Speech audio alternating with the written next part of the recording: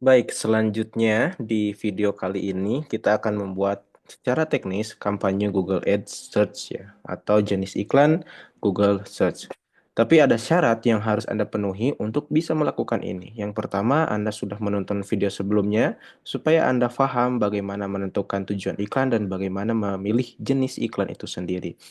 Kedua, Anda harus punya website. Oke? Dan website ini dipastikan sudah finish copywritingnya, desainnya sudah selesai semua. Barulah Anda bisa masuk ke tahapan ini. Sekali lagi, pastikan sudah nonton video sebelumnya karena Anda sudah harus paham tujuan iklan dan jenis iklan. Kedua, Anda harus menyelesaikan website Anda dari sisi copywritingnya, websitenya sehingga website Anda ini benar-benar siap untuk ditampilkan ke banyak orang. Begitu kira-kira. Nah, langsung ke teknis, saya mulai dari awal banget ya. Di sini, di Google Chrome, saya anjurkan pakai Google Chrome karena lebih user friendly ya. Ada titik tiga. Nah, di sini kita bisa klik, kemudian langsung ke bawah, itu ada yang namanya Google Ads.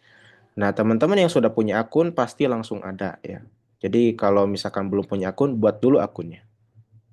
Nah, di sini klik Google Ads. Nah, di sini pilih klik Start Now. Oke.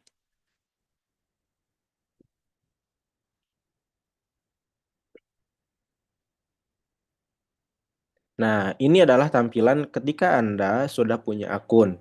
Di sini akan ada akunnya, dipilih saja. Nah, satu email itu bisa membuat beberapa akun ya. Di sini saya juga masih bisa membuat akun. Kalau nggak salah itu sampai 10 akun masih bisa. Ya, jadi satu email Gmail ya, satu akun Gmail itu bisa membuat beberapa akun Google Ads. Ya, sudah sempat kita bahas ya pembuatan akun Google Ads-nya dan selanjutnya kita tinggal langsung masuk saja ke akun yang sudah dibuat. Nah, misalkan di sini saya masuk ya ke akun Google Ads yang sudah saya siapkan sebelumnya.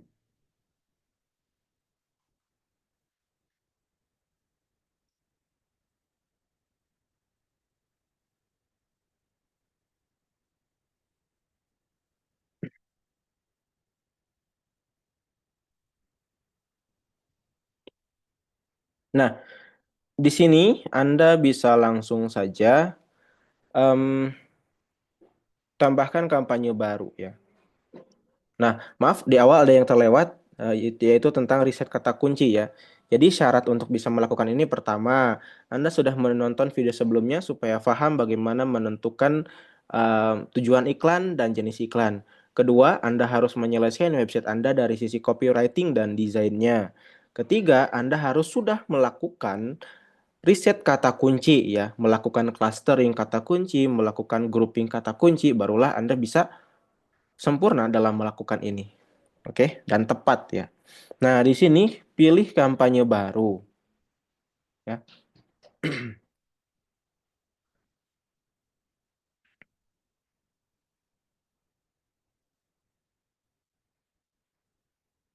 Nah, lihat di sini. Apa tujuan kampanye Anda? Nah, ini disesuaikan dengan tadi tujuannya apa. Kalau saya biasanya ya pilih traffic situs kalau saya ingin banyak pengunjung ke website saya atau purchase atau penjualannya ketika saya sudah yakin dengan website saya. Tapi kalau memang keduanya saya belum yakin dengan website saya, kemudian saya juga belum terlalu yakin bahwa tujuan saya adalah traffic, saya biasanya membuat kampanye tanpa panduan.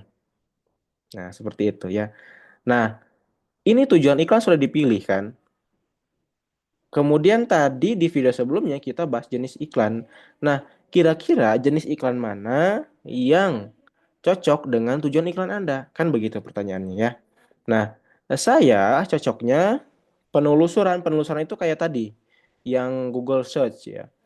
Nah, ini munculnya di hasil pencarian Google. Kalau performa Max ini adalah seluruh ya. Jadi di Google Display ada, di YouTube ada, di Google Search ada, kemudian di Google Mitra juga ada. Kan suka ada ya di aplikasi-aplikasi di Play Store itu yang muncul iklan. Nah, itu juga kita bisa masuk. Kalau misalkan pakai performa Max semuanya ada. ya. Semuanya ada. Oke. Kalau peningkatan permintaan itu lebih kepada YouTube juga yang isinya formulir biasanya. Nah, ini display kita yang tahu tadi ya, display itu yang ada di website orang lain, kita bedanya tiba-tiba muncul. Shopping ini lebih kepada produknya langsung bisa di-purchase di Google. Nah, ini lebih advance ya. Tidak saya rekomendasikan untuk pemula. Kemudian ada video. Ini video ini biasanya di YouTube ya, di YouTube. Aplikasi, nah ini kan saya bilang tadi ada kalau misalkan kita download aplikasi dari Play Store, beberapa aplikasi banyak iklannya. Nah, salah satu pasang iklannya adalah di sini ya. Nah, jadi untuk pemula dan memang tujuan iklannya adalah untuk purchase atau banyak pengunjung, biasanya saya gunakan iklan penelusuran. Kenapa? Karena biayanya biasanya bisa lebih terjangkau, kemudian secara audiensi lebih bisa matang karena kita hanya menyasar orang-orang yang memang memerlukan saja dari layanan bisnis kita. Itu kita klik. Oke, kayaknya error ya, bentar. Nah, ini penelusuran ya. Nah, kemudian kita pilih yang kunjungan situs. Oke. Nah, situsnya harus dimasukkan. Nah, saya ambil dulu website saya. Nah, yang ini kita copy, kita masukkan ke sini ya.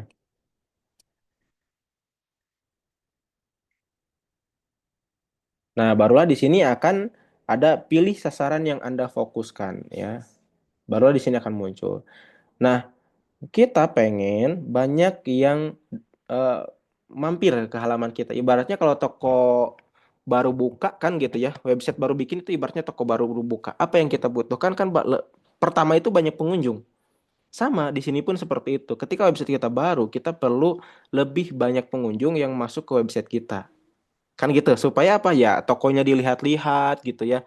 Mungkin mereka lihat kita jual apa saja, layanannya seperti apa dan lain sebagainya. Nah, maka kita pilih yang kunjungan halaman aja dulu. Selanjutnya, nah ini nama kampanyenya ya, disesuaikan aja.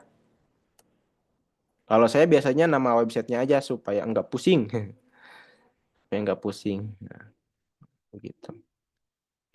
Lanjutkan.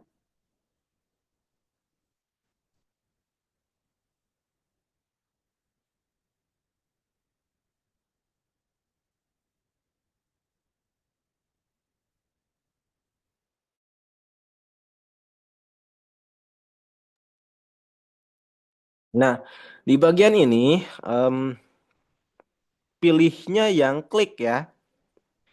Jadi saya jelasin satu-satu.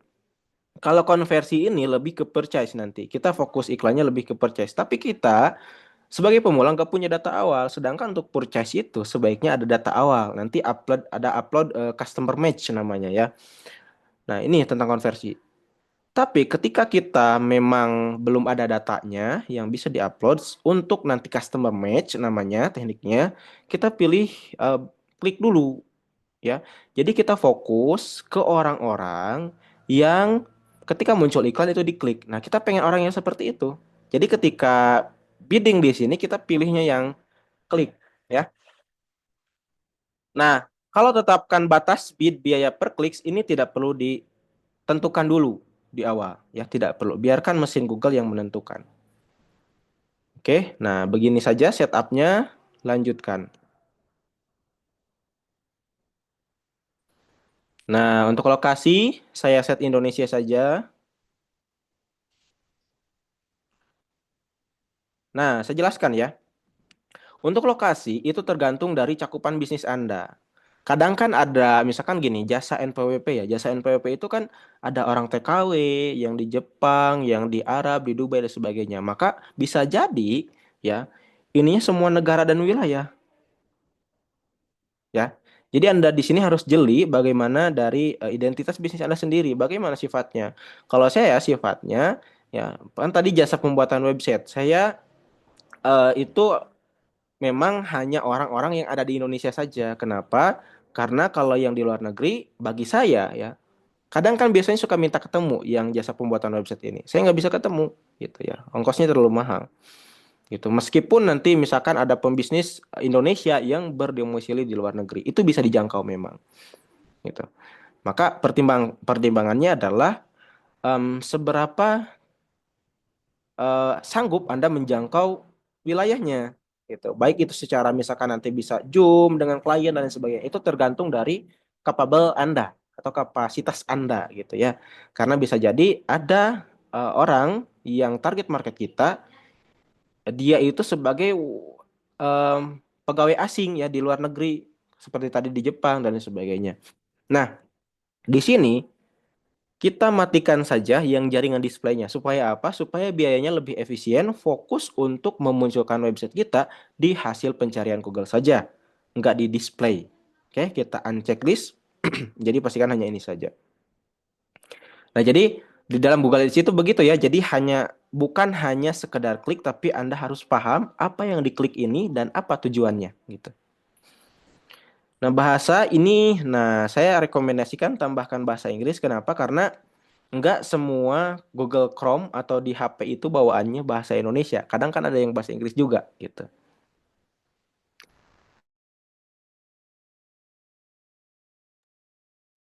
Selanjutnya, di segmen audiens ini nggak perlu diisi dulu, ya, untuk pemula.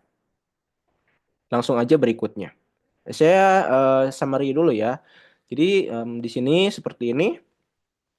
Kemudian di sini bebas, apakah mau semua negara atau Indonesia. Kemudian di sininya Indonesia plus Inggris, segmen audiensnya jangan diotak-atik dulu, karena kita pemula. Kemudian klik berikutnya. Nah, di sini kata kunci perlu dimasukkan. Saya bilang tadi kenapa harus riset dulu, karena kita perlu kata kunci yang harus dimasukkan, gitu ya. Nah, nanti kita akan belajar jenis-jenis kata kunci di sesi yang lain. Oke, karena ini hanya sekedar contoh saja, ini masih salah nih. Lihat ya, ini masih salah seperti ini. Masih sangat salah. Ada tekniknya untuk mengoptimalkan kata kuncinya. Kita belajar di sesi yang lainnya. Sementara kita dilanjut dulu. Nah, ini ya. Setelah kata kunci, biasanya itu wajib ada 3 judul ya. Nah, kan jasa pembuatan. Nah, di dalam pembuatan judul atau headline ini nggak sembarang. Kita perlu memperhatikan beberapa objektifnya. Gitu. Itu kita akan bahas di sesi yang lain. Ini hanya sekedar teknis saja bagaimana iklan kita bisa selesai lah gitu ya.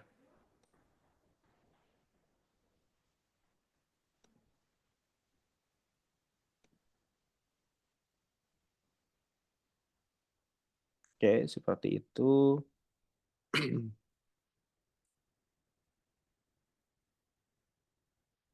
Bikin website terlengkap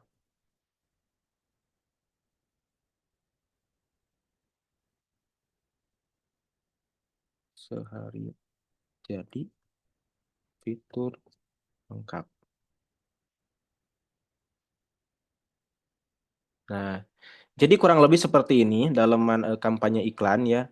Tapi ada teknik khusus bagaimana kita melihat atau membentuk si keyword tadi, keyword plus headline plus deskripsi ya.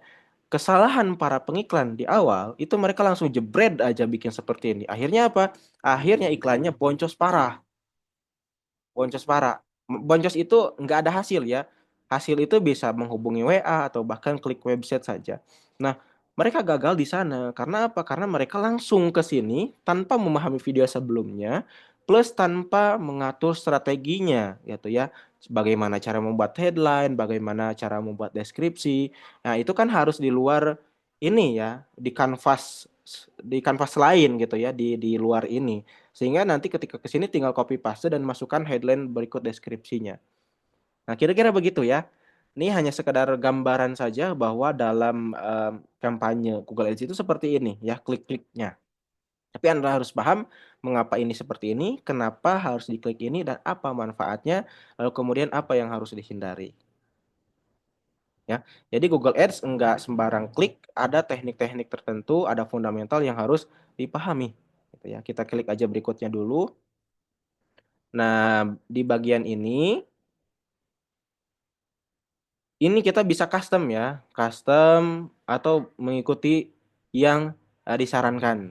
Nah, biasanya saya custom ya, jadi 100.000 per hari supaya mudah sih ngitungnya gitu. Tapi sebaiknya memang mengikuti yang disarankan. Kenapa? Karena lebih terukur jumlah kliknya ya.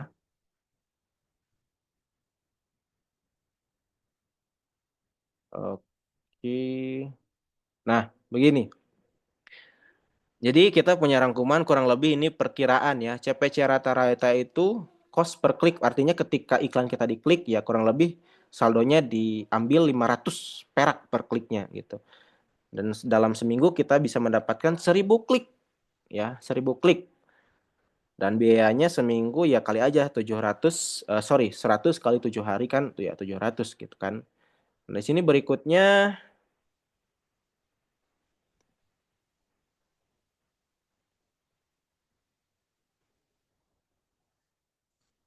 oke, seperti itu publikasikan kampanye. Di sini tinggal klik saja.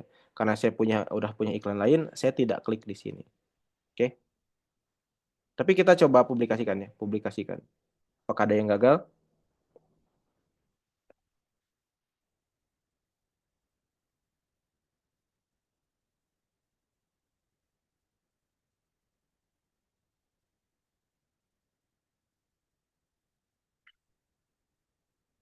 Nah, udah berhasil ya. eh, Terbit iklannya. Nah, cara melihatnya di mana? Cara melihatnya di sini, di sidebar kiri ada yang namanya kampanye. Kita pilih kampanye.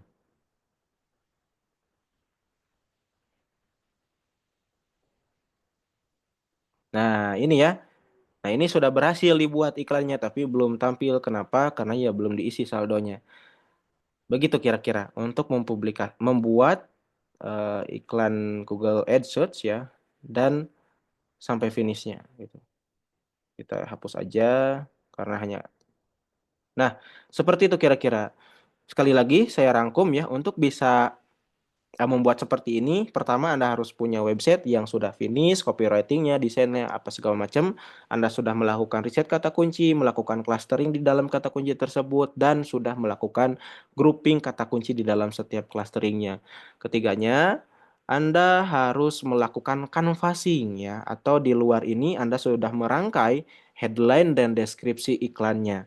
Barulah ini akan bisa dirancang secara optimal untuk nanti hasil iklan yang lebih baik gitu. Tidak terlalu boncos. Nah, ini kadang kesalahan pemula ya yang banyak saya temui dimanapun mereka yang pemula. Mereka nggak sadar tentang tiga hal tadi sehingga mereka kapok beriklan. Karena boncosnya itu terlalu parah. Misalkan begini, top up selalu ikan 3 juta. Nah, gak ada satupun orang yang klik websitenya. Gak ada satupun orang yang masuk WhatsApp. Nah, biasanya itu yang terjadi karena memang mereka mengabaikan tiga hal tadi dan fokus kepada teknis yang di sini. Klik-klik saja tanpa mereka tahu dengan klik ini esensinya apa.